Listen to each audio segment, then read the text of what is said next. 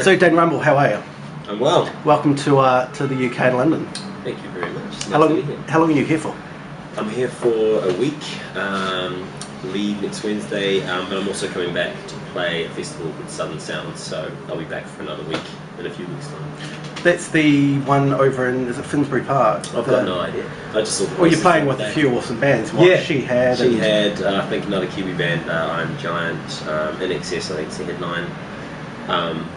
I should know more details. I really should. I might Google it. Google it. The best way of doing it. So how's it been so far? Have you seen much of the sights?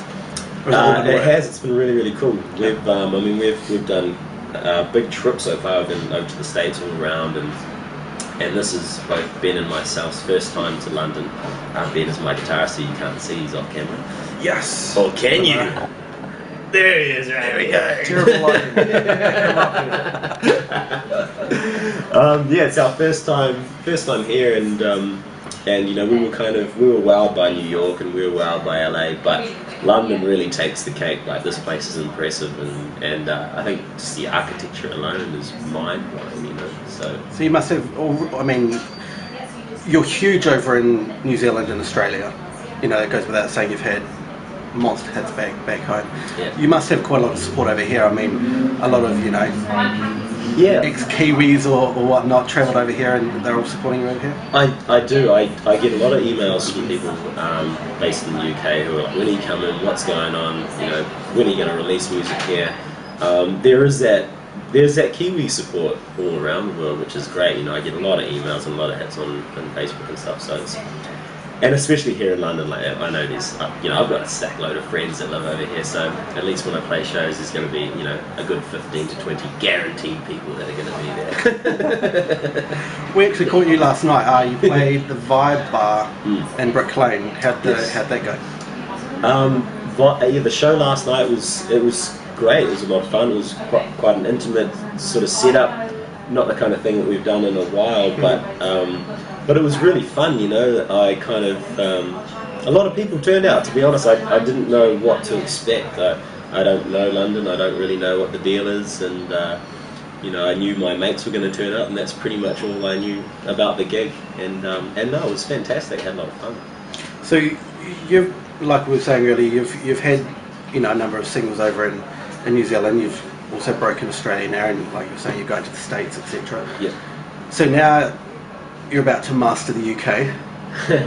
A lot of acts have failed with that. So what's your trick? What are you going to pull out the hat to make it happen? That is a good question, and I mean, it's, the UK is a big market. I mean, the one thing I think I have going for me is the pop angle. I mean, in New Zealand, pop, it's a very rare thing to fly back home, you know what I mean? And so it was really quite tough, both there and in Australia. I think both the UK and Europe have such a huge pop scene. I think it's gonna, I'm not gonna say I'm gonna crack it or anything like that, but it's definitely easier for me to slip in and play festivals and do shows where that style of music's a little bit more acceptable, I think.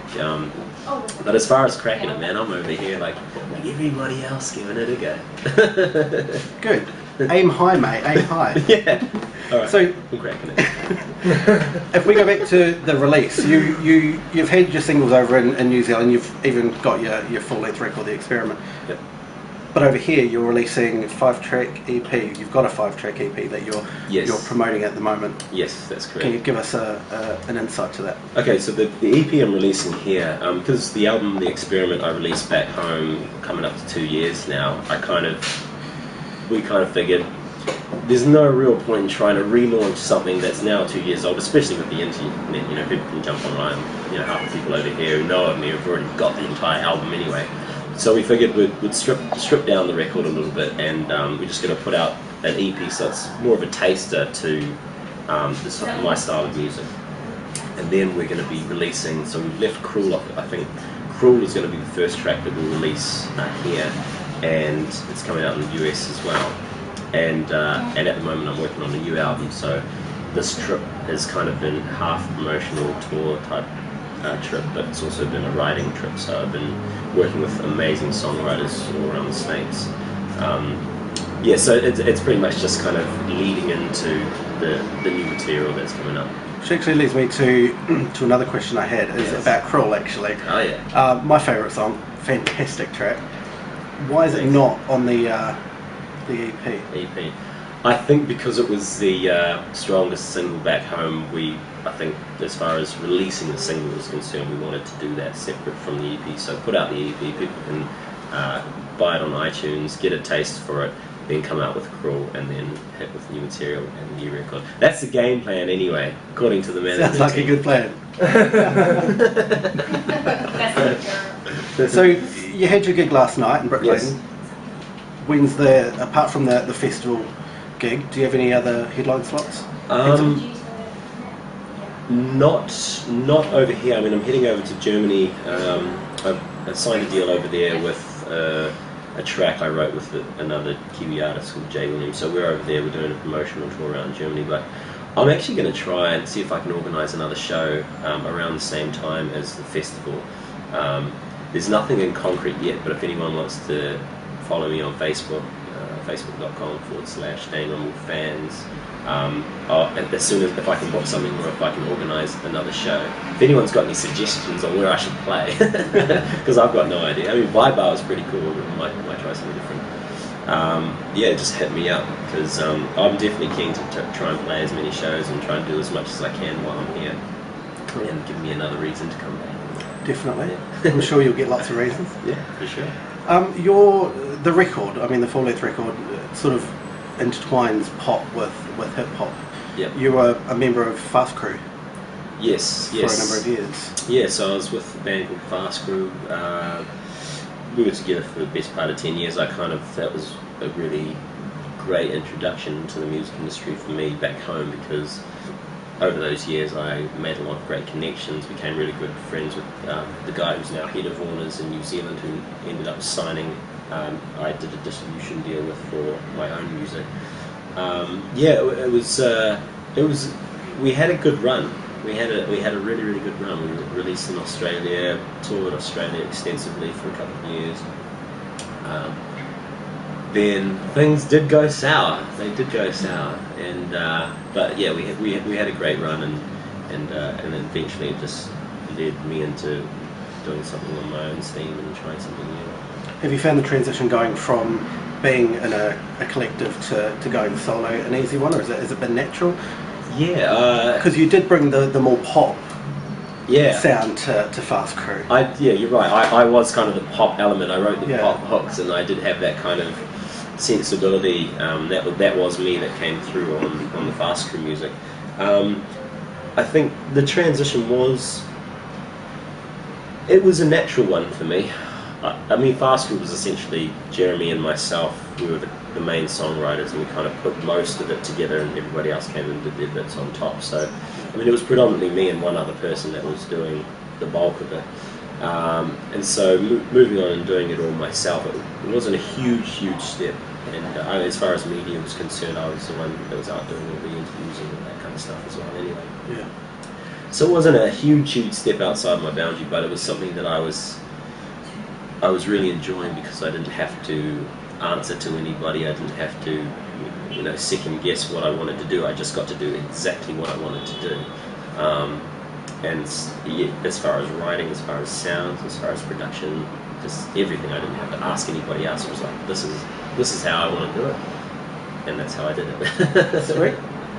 So, I don't want this to come across in the wrong way at all, but I've got a serious question to ask you. Dun, dun, dun. I think we need to talk about your package. and what I mean by that, like I said, I don't want it to come across the wrong way. So obviously we know where our minds are at. So, but what I mean by package is the package of Dane Rumble. Nice. From the artwork to the videos, I mean they look like they all carry a pretty weighty price tag. So yeah. Do you have much involvement with the? Do you have control over your own image? I do. I'm the creator of the package. I guess. Packaging, what a word. It was. I mean, back home, it's you got to do it yourself. You can't rely on anybody else. And the industry back home it's really small. Everybody's kind of helping everybody else out.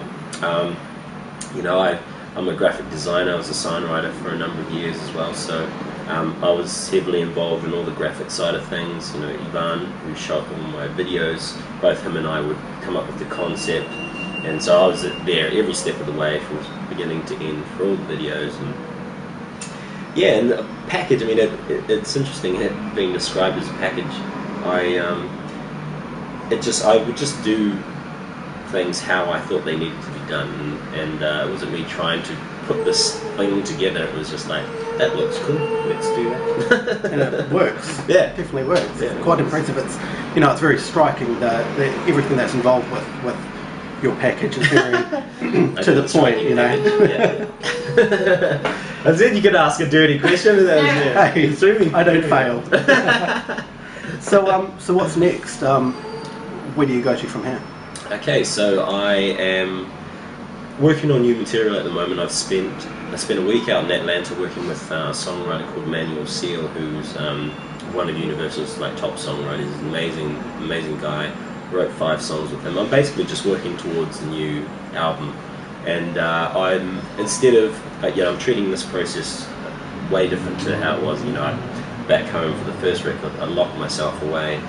I had to work a 9 to 5, so it was after hours. I'd lock myself away in my spare room and just, go just hammer away at it until I finally get tunes together. This time, I'm collaborating with other songwriters just to get different ideas, and it's very inspirational. Like, I found writing back home by myself, I go round and round in circles. It would take me forever to write a song. It was very, very difficult.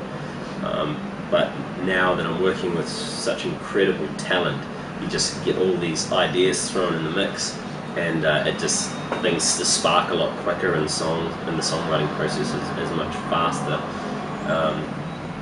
So that's kind of what I've got on the go at the moment. I'll be working with a few guys over here.